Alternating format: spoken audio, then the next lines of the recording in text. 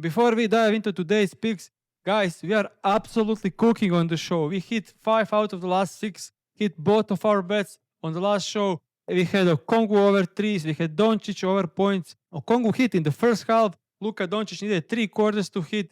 And looking at the results so far on the show, we are up 11.5 units, 25% ROI. Just unbelievable start to our show picks. And now let's dive into the research. My first bet today will be Joel Embiid over 25.5 points. Best price DraftKings minus 119. I will play it up to minus 127 on Caesars, so make sure to shop around. We've seen huge blowout the last time they played 2 days ago, and Embiid had 20 points in 25 minutes. Wasn't paced to cover. He was expected to play like 35 minutes, and in those minutes he was supposed to go up to like 27 to 28 points.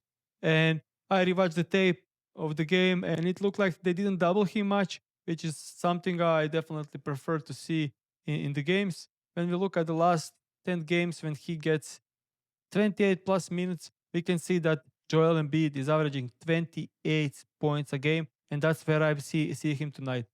First off, let's start with the matchup analysis. He scores 45% of his points from the mid-range. They are below average in that area. They are average at the rim, and they are low above average above the break threes. So overall, shot map is kind of above average matchup. But then we go to the play types, and we can see they allow 6th most free throws, 5th most post-up points. They are bottom 10 in most of his play types, most of the way he scores: isolation, spot up, pick and roll, rollman, post-ups, and with free throws.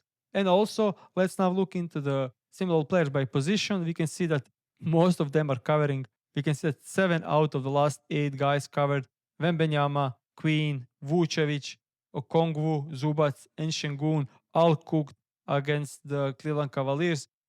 That's because they, as I said, they allow a ton of isolation, ton of pick and roll, rollman, and post up, so they are not doubling bigs with high usage. And I've seen that I've seen the same thing in the last game against Embiid 2 days ago. So matchup looks great. He is looking way better over the last 10 games. His average is at 28 points over in 10 out of the last 10. So I definitely think this game can, especially looking at the matchup, like last game, Cleveland blow them out, but now the spread is only 2.5 points because Darius Garland is out and Sam Merrill is out. So Cleveland Cavaliers a bit hit with some injuries, so they shouldn't blow them out again, hopefully. Guys, if you like this kind of analysis research, make sure to subscribe because I'm doing this kind of videos every single day.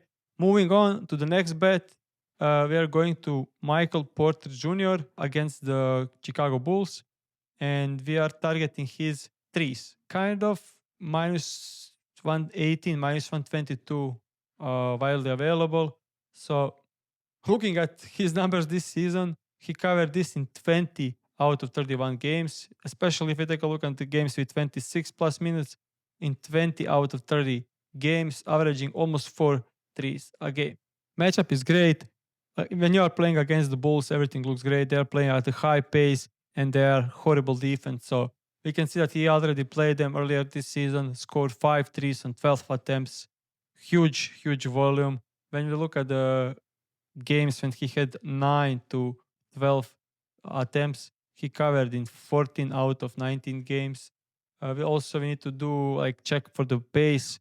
They are playing at 4th highest pace. When he played teams who are not bottom 10 in the league in pace, he covered this in 13 out of 16 games, averaging 4.7 3-point made per game and 10.7 attempts. So he is having huge volume, and teams are playing with higher pace because most of his threes come from handoff, which they allow the most in the league, and also transition, where they are below average. We can see that Trey Murphy covered in 2 out of 3 games against the Bulls, similar player, similar 3-point shooter to Michael Porter Jr.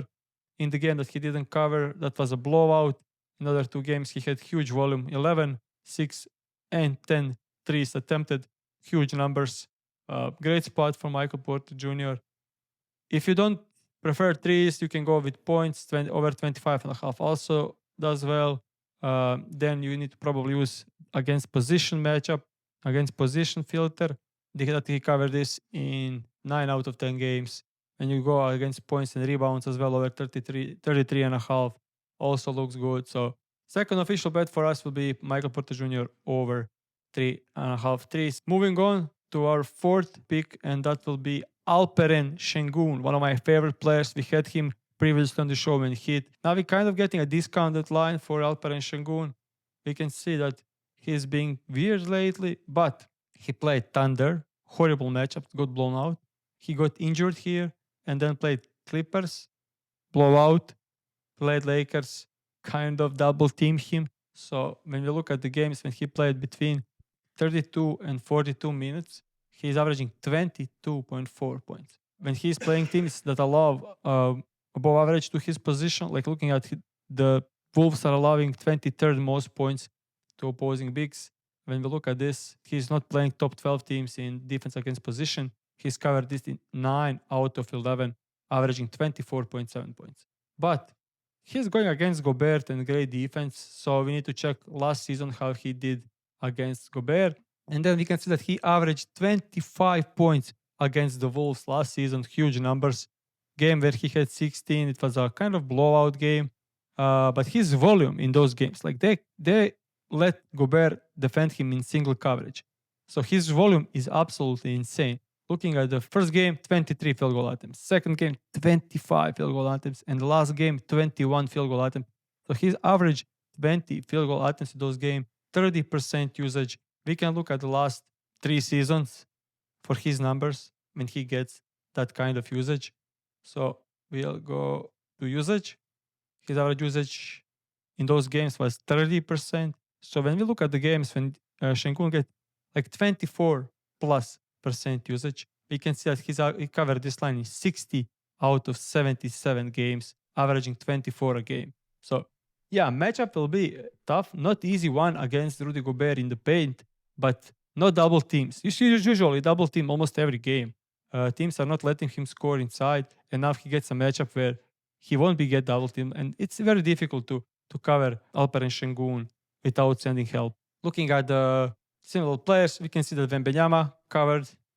Gobert cooked Bam Adebayo, but Bam Adebayo fancy bag is nowhere near close to the Sengun one. So yeah, we can maybe like compare it to Towns, who scored 40, or Jokic, who had 56. Even Porzingis covered in only 17 minutes, scoring 16 points. So guys that can do something besides just pull up for mid-range like Bam Adebayo are kind of doing well against the Wolves and against the Gobert. And that's the third official bet. I said that we'll have 3, but I have ton of leans on this slate. Why I'm not making them official bets? They have some like negative sides, which is like Furpy, for example, is in a great matchup against the Pelicans. You can see most of his points come from transition, spot up, and at the rim and corner threes.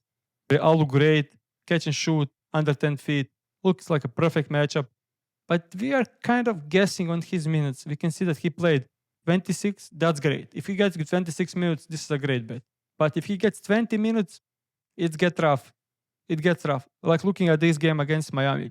He scored 10 points, but was 2 out of 2 from 3. If he makes 1 of 2, he's at 7 points and he is not covering this. He also, like game against Boston Celtics, he played 16 minutes in that game.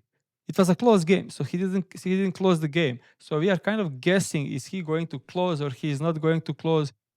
So he can end up playing 16 minutes, 20 minutes to 26. And only in the case where he gets more than 20 minutes, this is a great bet. So it's a guessing game.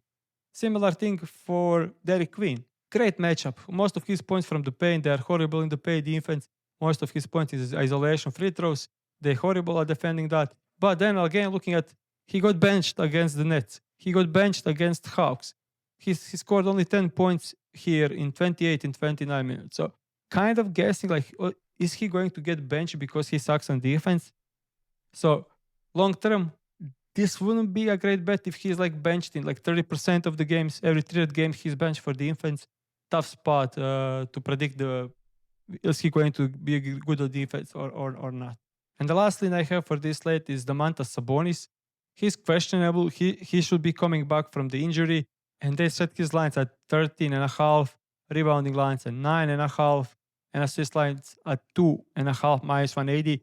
I wouldn't look at the assist one, but rebounds and points, especially points and rebounds on 22.5. Think that could be on lower side. I don't think they are rushing him back if he is not ready for 30 minutes. So I have him between 26 and 30 minutes. And if you take a look throughout his career, when he gets to play between 26 and 30 minutes, he's averaging 26 points and rebounds. And we have the line set at 22.5. If he gets those minutes, he can cover. But also another guessing, like, will he get those minutes? I think he will. Matchup is great. He could be rusty in the first game back. And also maybe he gets 24 minutes. So then this is not great. This is like just decent. I don't like to guess in these spots, because if I'm wrong, I'm just throwing money away. So I'll take the spots where I'm mostly confident the guy will get the minutes. So that's it, guys, for today. We shared 3 official bets, couple of leans, explained why I just have them as leans. So if you enjoyed this video, make sure to like and subscribe. And that's it, guys. See you on to the next one.